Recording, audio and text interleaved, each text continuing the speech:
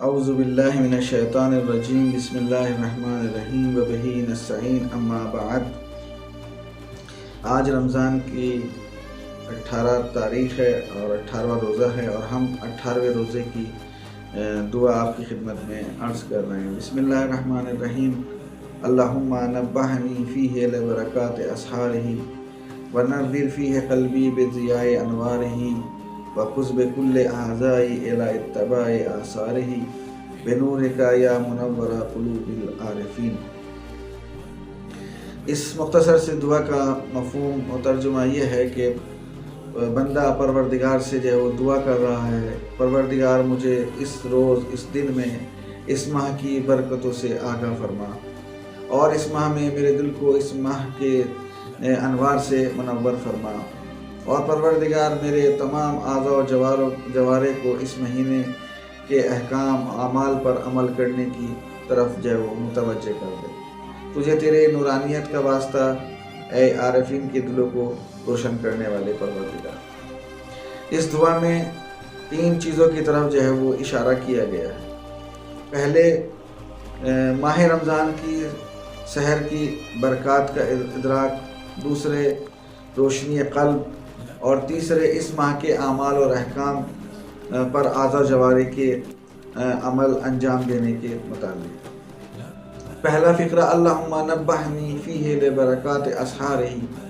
پروردگار مجھے اس ماہ کی سحر کی برکتوں سے آگاہ فرما۔ اس میں 3 لفظ جو ہے وہ استعمال ہوئے، نبہنی، برکات اور اسحار۔ نبہنی مادہ نبہ سے ہے، اس سے مراد تنبیہ ہے، جس کو اردو میں بھی استعمال ہوتا ہے اور یہ عربی میں بھی استعمال ہوتا ہے، اور عربی میں اس کے معنی بیدار ہونے، آگاہ ہونے یا متوجہ ہونے کے ہیں۔ دوسرا لفظ برکات، برکات جمع ہے برکت کی، یعنی ثبوت الخیر الالہی فی الشیء، یعنی کسی بھی چیز میں خیر الہی کا باقی اور جاری رہنا، اس کو جو ہے وہ برکت کہتے ہیں۔ جیسے خود جو ہے وہ قرآن مجید کی جو ہے وہ یہ آیت ہے، لَفَتَحْنَا عَلَيْهِمْ بَرَكَاتٍ مِّنَ السَّمَاءِ وَالْأَرْضِ، کہ یقیناً ہم نے ان کے لیے زمین اور آسمان سے برکتوں کے دروازے کھول دیے ہیں، یعنی زمین و آسمان سے خیر الہی کو جو ہے تمام بخشا ہے، اور اس میں زیادتی اور اضافے کے ذریعے سے۔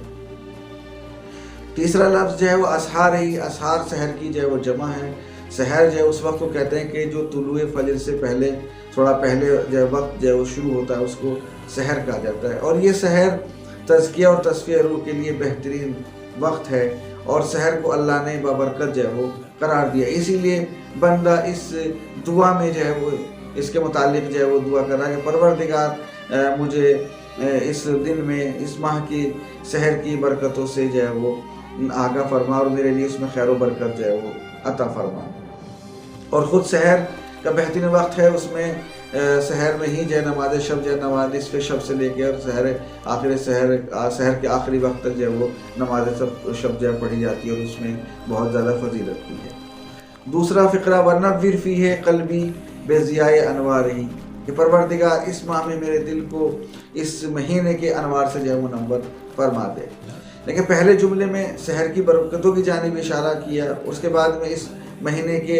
انوار، نور کی روشنی سے ہمارے دل کو روشن کر دے، اس کی طرف جو ہے بندہ دعا مانگ رہا اور کہہ رہا پروردگار سے۔ اور واقعاً دل کی روشنی جو ہے وہ آنکھوں کی روشنی سے زیادہ کہیں اہمیت رکھتی ہے۔ اگر کوئی انسان دل کا اندھا ہے تو اس کی فقط دنیا جو ہے وہ تاریک ہے، لیکن اگر کوئی انسان دل کا اندھا ہو، قلب کا اندھا ہو، تو پھر اس کی دنیا اور آخرت دونوں ہی جو ہے وہ برباد جو ہو جاتی ہیں۔